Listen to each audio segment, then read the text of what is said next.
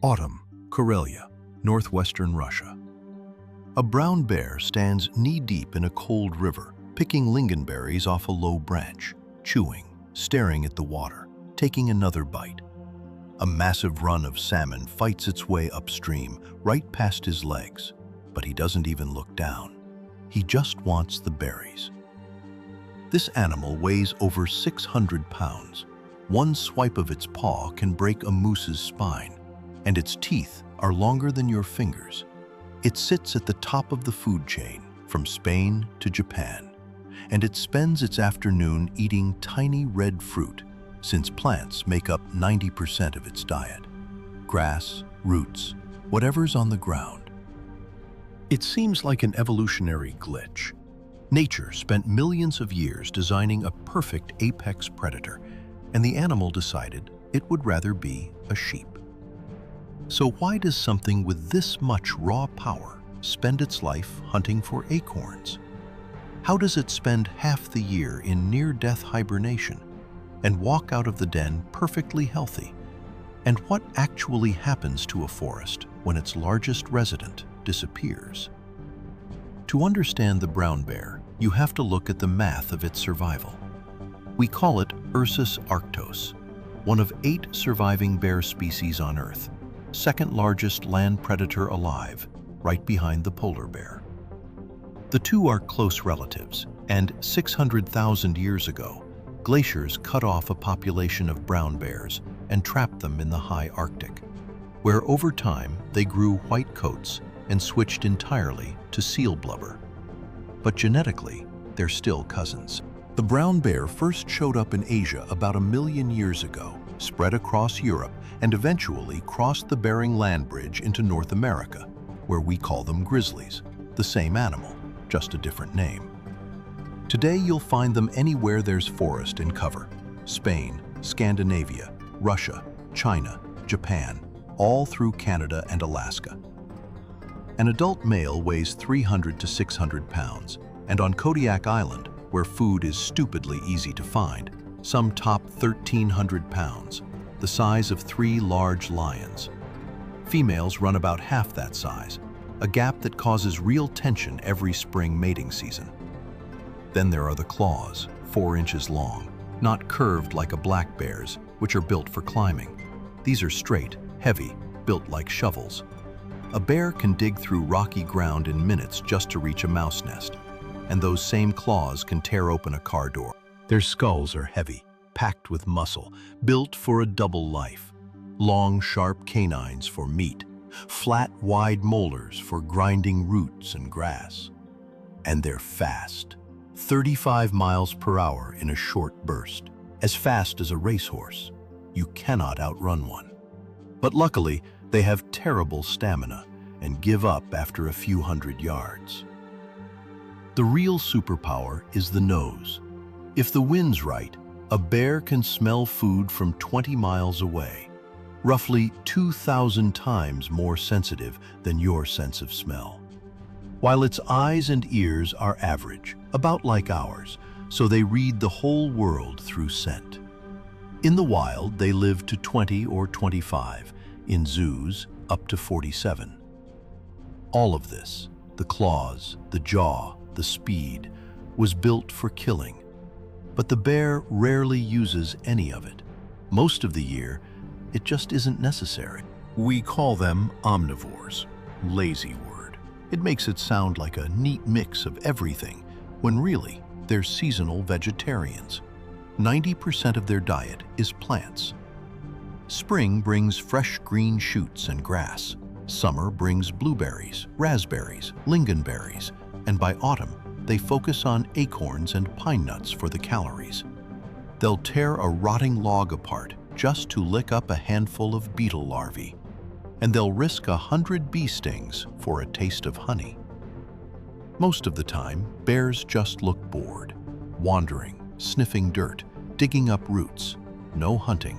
That's the default state. The second state only triggers when the payoff is high. First, the salmon run. August, September, rivers in Kamchatka, Siberia, and Alaska clog with spawning fish, and bears line up in the water. For an 800-pound animal, the precision is bizarre, almost clean. The experienced ones take the prime spots near the rapids, where the fish are forced to jump, while the young ones just sit on the bank, watching and waiting. During a good run, a bear puts away 40 pounds of fish in a day. This is where they build the fat that gets them through winter. Then there's carrion. Bears are lazy. They'd rather let someone else do the killing. They smell a carcass from miles out and walk straight to it. No fight required. And the wolves, the lynxes, the jackals just leave. Actual hunting is rare. In spring, maybe a moose calf or a fawn that can't run yet. But an adult moose is a different story. One kick to the head and it's game over for the bear. So unless they're desperate, they don't bother. The bear is a pure opportunist. Berries, it eats berries. Fish, it eats fish. The diet shifts with the seasons because it has to. A year's worth of calories crammed into 6 months to survive the next 5 or 6 months of total fasting. How they survive that fast is the strange part. By October, the bear finds a spot, under a root, on a hillside, inside a rock crevice. It lines the floor with moss, dry leaves and branches. Then it lies down. Once it falls asleep, its body enters a state that would kill a human. Its temperature drops from 99 degrees down to about 90, and its heart rate drops from 40 beats a minute down to 8. 8 beats. A human with a heart rate that low is dying in an ICU. But the bear just breathes once every few minutes and keeps sleeping. But it's not dead. Unlike ground squirrels, which go completely cold and rigid, a bear keeps enough muscle tone to wake up if something threatens it. And while waking up takes time and burns a massive amount of fat, it can still fight. This is what interests doctors. A person in bed for 5 months? Muscles waste away, bed sores form, bones lose calcium, kidneys fail from inactivity. Yet a bear walks out of its den in spring slightly thinner, but its muscles are intact, its bones are strong, and its kidneys work perfectly, even though it hasn't urinated once in 5 months. Since the body simply recycles the waste, turning urea back into usable protein. Researchers have studied this for decades, trying to replicate it for trauma patients, muscle-wasting diseases, and long-distance space crews.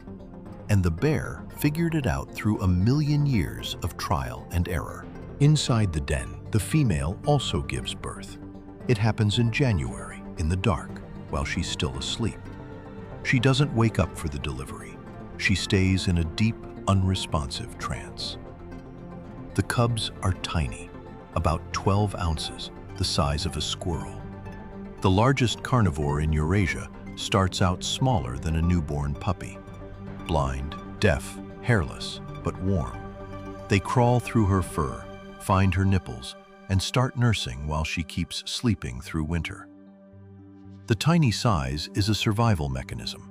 Pregnancy lasts up to 8 months, but the egg doesn't implant right away. It floats. And if the mother didn't eat enough salmon in the fall and lacks the necessary fat reserves, the egg never implants. Her body simply aborts the pregnancy before it starts. If she has enough fat, the egg implants in November, and birth follows about 2 months later. By avoiding the strain of a large fetus during winter sleep, the mother saves her reserves, delivering tiny cubs and raising them on milk, safe inside the den. By April, when they finally step outside, the cubs weigh 6 to 11 pounds, tenfold their birth weight in 3 months. And this is when the real work of raising them begins. Brown bears usually live alone. Males avoid each other, no packs, no prides. But there's one exception that lasts up to 3 years. The mother and her cubs, living as a tightly coordinated unit. In spring, leaving the den, the cubs depend on her completely. She decides where they go, what they eat, what to avoid, and they follow her closely, mimicking every move. She teaches them real practical skills, showing them where to forage through the year. And when it's time to fish, she demonstrates the technique instead of just leading them to the spot. A cub watches from the edge first, then wades in beside her. Early attempts fail, and the fish slip away. But by the end of the season, the young bear is catching food on its own. She also teaches them the social order. During the salmon run, the biggest males claim the best spots, so she keeps her cubs in the shallows, a safe distance away, where they watch and learn the hierarchy. Her protective drive is fierce, a sharp contrast to a bear's normally quiet nature. And a mother with cubs is dangerous. Rangers know this well. A single male usually runs from humans, but a mother doesn't. Her defense response fires instantly. Adult male bears are actually the greatest threat to the cubs, more than wolves, more than humans. And sometimes males kill cubs just to make the female receptive to mating again. The mother knows this, and if a large male comes close, she stands directly between him and her cubs, ready to fight an animal twice her size. The young stay with her 2 to 3 years, learning the local geography, water sources, berry patches, resting spots, places to find food when things get scarce. Knowledge passed down directly, her experience, not just instinct. Eventually, she forces them out. One day, with a sudden growl, she pushes away the cubs she slept beside the night before. Their time together is over, and the young bears leave. Many die in their first years alone. Lacking experience with the terrain and territory lines, they end up in marginal spaces, learning by trial and error. The survivors eventually claim territories of their own, and that transition leads straight into their bigger role in the forest. Bears eat massive amounts of blueberries, raspberries, rowan berries, and lingonberries, sometimes several pounds in a single day. And the seeds pass through undamaged, so since bears roam long distances daily, they scatter those seeds far from the original plant. Bears distribute berry seeds across huge areas, and some plants depend on them entirely to spread. That's function 1. Function 2 is keeping deer, moose, and elk populations in check. By preying on them, bears stop overbrowsing. Since too many hooved animals strip the shrubs, damage the soil, and wreck the understory. And bears target the weak, the sick, the slow, applying the same pressure wolves do. Function 3 involves wild salmon. When bears feed on salmon, they carry the leftovers away from the river, and researchers found high levels of marine nitrogen in soil and trees hundreds of feet from the bank, since the bears are physically hauling ocean nutrients into the forest. And studies confirm that riverside trees grow faster where bear populations are active. When a bear tears apart a wild hive, that colony's done. But the bees that escape swarm and build new hives elsewhere. That's how wild bees spread through the woods. The bear isn't just living in this forest. The bear built it. Remove them, and the forest changes quietly but steadily. Fewer berry bushes take root in new clearings. Deer and elk crowd the land, and riverside trees lose the nitrogen the bears used to carry in. Yet conservation debates barely touch any of this. People argue whether bears are beautiful or dangerous. The real argument is quieter and much harder to dismiss. The forest needs the bear just as much as the bear needs the forest.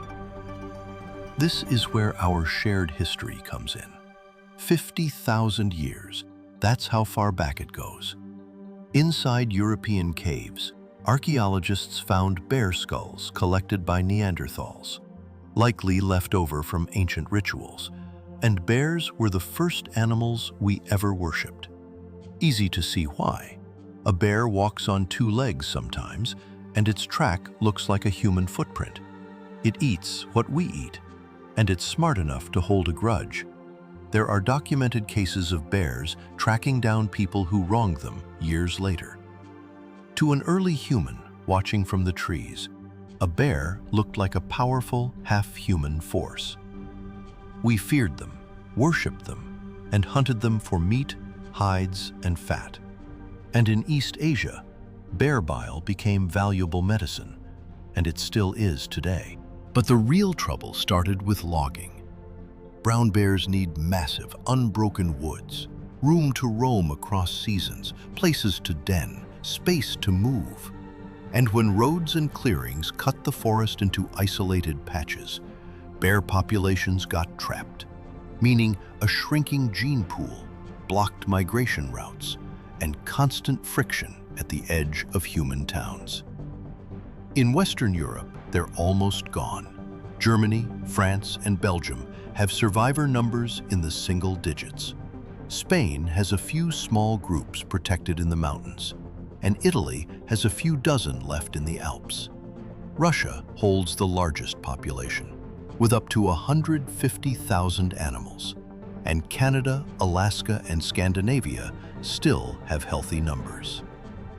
Globally, there are about 200,000 brown bears, which puts them on the low concern list. But that average is misleading. It hides the fact that local populations across Europe are right on the edge of extinction. Attacks do happen, but they're rare, mostly defensive. A mother protecting cubs, an injured animal, a bear caught by surprise. And usually, the bear runs first. The real conflict is about food. As the woods shrink, bears wander closer to towns, trash cans, orchards, beehives, easy meals. And once a bear finds easy food, it comes back. Shooting them doesn't fix it. Relocating doesn't work either, since they almost always find their way home. The real answers are simpler: electric fences around hives, bear-proof trash cans, protected corridors so they can move without crossing roads. The bear adapts. It's done that for 1,000,000 years. And the only question is whether we'll leave it enough room to keep doing it. Think back to the bear from the beginning, standing in the river eating lingonberries, ignoring the salmon right past his paws. It's not time yet. In 3 weeks, he'll stand in this same spot and fish for hours, systematically, without any rush. This isn't a mistake, it's a calculation. The brown bear balances 2 modes of living. 90% of the time, he gathers what's easy to find. The other 10%, he takes what requires force. That strategy kept them alive through ice ages and helped them spread across the entire northern hemisphere. And they became legends, rivals, and now subjects of medical research.